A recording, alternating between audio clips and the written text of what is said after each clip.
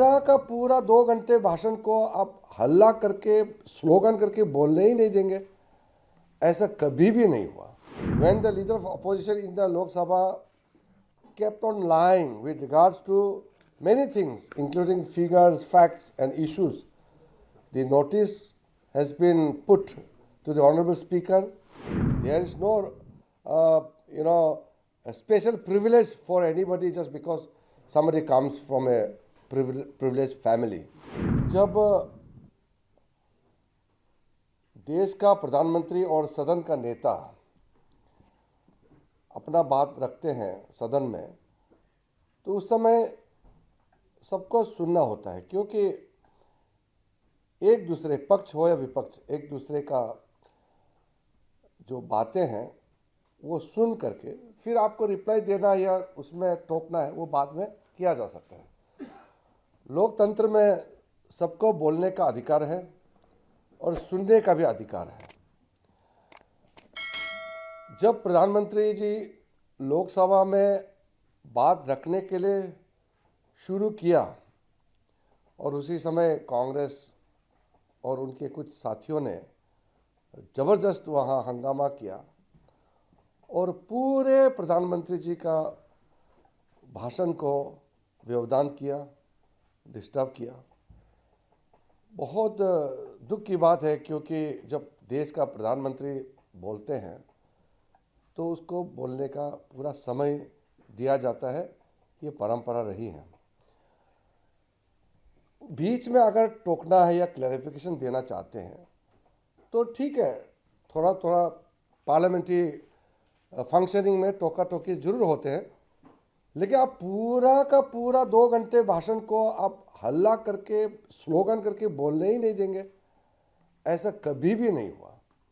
ये कांग्रेस पार्टी को सोचना होगा कि देश का प्रधानमंत्री किसी एक दल का नहीं होता है, वो पूरा देश का नेतृत्व करते हैं.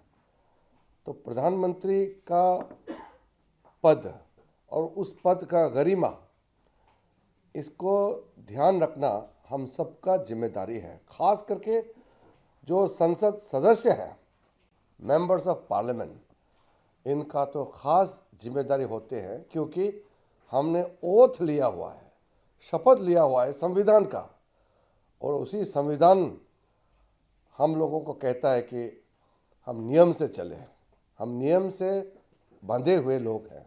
Kiran ji, one of the new challenges that you had this time is that there were many factually wrong statements that were made by the opposition, as you had claimed.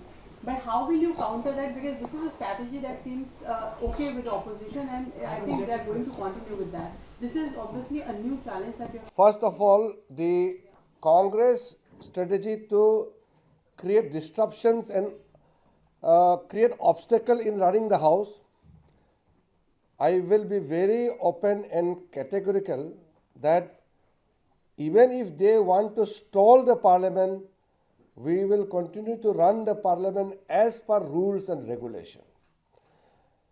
If they lie on the floor of the house, if they mislead the people or the honorable members, then we have mechanism in forms of rules and regulations.